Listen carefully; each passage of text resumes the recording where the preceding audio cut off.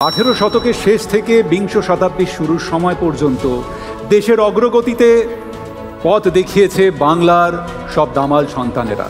তাঁরাই ছিলেন প্রথম থেকেই প্রথমে। সূত্রপাত করেছিলেন রাজা রামমোহন রায়। গোখলের কথায় যিনি ফাদার অফ মডার্ন ইন্ডিয়া, তার হাত ধরেই বাংলার নতুন পথ চলা।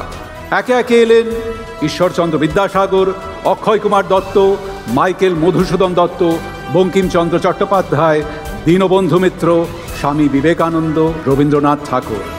মুক্ত চিন্তা, মুক্ত মন, বাংলার নবজাগরণ। বাংলার বিভিন্ন পেশার সৃষ্টিশীল মানুষ আমাদের দেশকে দেখিয়েছিল দিশা।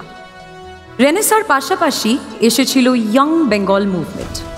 লক্ষ্য ছিল পিছিয়ে পড়া অসহায় কুসংস্কারাচ্ছন্ন মানুষকে নতুন পথে চালনা করা।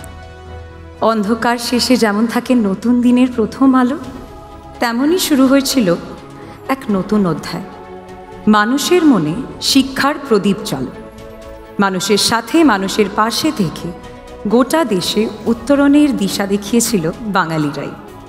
তাই বাংলার রেনেসা নবজাগরণ থেকেই প্রতিষ্ঠিত হয়েছিল সেই সত্য, what Bengal things today, India things tomorrow. কিন্তু শুধু অতীত কেন, বর্তমানও তাই। আমাদের শুধু খোলা মনে দেখে যাওয়া যায়, আর এই দেখার জন্যই তো আছে TV9 বাংলা। সবার উপরে মানুষ সত্য, সবসময় মানুষের সাথে মানুষের পাশে। আজ সন্ধ্যায় TV9 বাংলা নক্ষত্র সম্মানের এই অনুষ্ঠানে আমরা সম্মানিত করব সেই সব মানুষদের যারা নিজ নিজ ক্ষেত্রে প্রথিতযশা, এবং সেই সব মানুষদের যারা প্রচারের আলোকবৃত্তের বাইরে মানুষের জন্য মানুষের পাশে নীরবে কাজ করে চলেছেন। নক্ষত্র সম্মানের এই সন্ধ্যা শুরু হোক একজন কৃতি বাঙালিকে নিয়ে। নিজের মানুষকে চেনার লড়াই ছিল তার লক্ষ্য।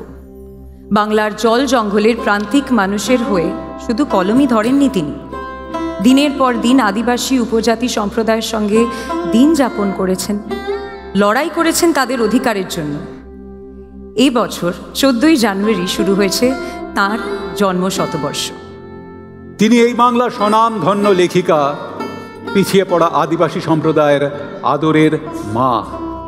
জ্ঞানপীঠ, সাহিত্য একাডেমি, রামন ম্যাগসেসে পদ্মবিভূষণ সম্মানে সম্মানিত শ্রদ্ধেয়া মহাশ্বেতা দেবী।